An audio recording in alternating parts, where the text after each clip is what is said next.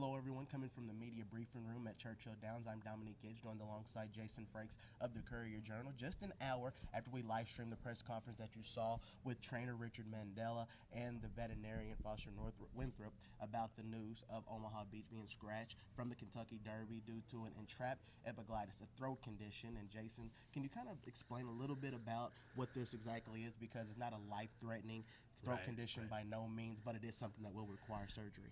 I can't really explain it. I can tell you what the veterinarian told us. I guess the tissue underneath the epiglottis sort of grows and wraps around it.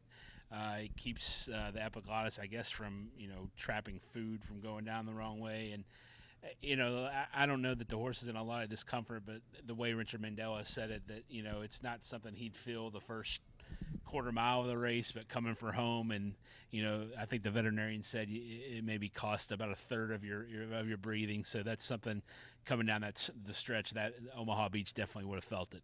Yeah, this was definitely some shocking news, no question about it, because the horse was training yesterday and everything looked well, galloped really well, and the trainers had no idea about this. And they said if it wasn't for, you say, a scope underneath the nose that the horse would have had, they wouldn't have known about this issue and this throat condition. And I think that was the biggest news that made it very devastating for the trainer and just everyone involved with Omaha Beach. Yeah, I guess he had a little bit of a cough going yesterday during his gallop, so they decided to do the scope, like you said. And I guess maybe the other thing that sort of came out of this news conference, given about the horse's condition, that we didn't know is, I guess 8 or 10 days ago, that he had a sore throat. And they felt like they had treated that with some throat flush and some other things, and they felt like they were out of the woods. This is not connected to that, but the horse had been going through some things.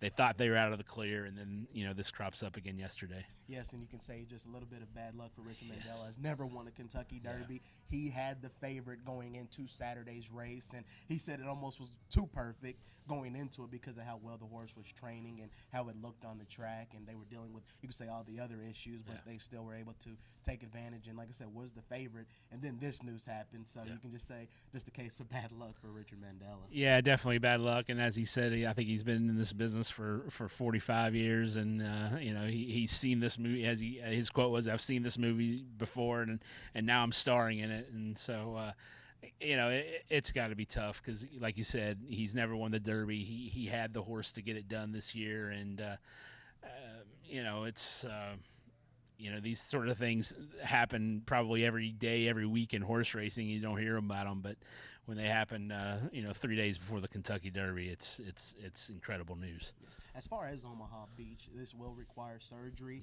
and Richard talked about it. So when do they expect to have surgery? Well, he's having surgery today. He said at Rood and Riddle in Lexington. He also said this will keep him out of the Preakness and out of the Belmont, so he's off the Triple Crown Trail. But they do hope to bring the horse back this summer. There's some huge races over the summer for 3-year-olds. The Whitney at Saratoga, the Haskell at Monmouth, the Pacific Classic out at Del Mar, all big summer races that maybe he could be back for. And then obviously the ultimate goal is to be ready to have him ready for November in the Breeders' Cup. Yes, now there is still a race that will be going on Saturday. Yes. So as far as the odds, with Omaha Beach now scratching, what does that kind of change, and how does that change things? Yeah, Mike Battaglia came out yesterday. He revised his morning line. Game winner, now the 9-2 favorite.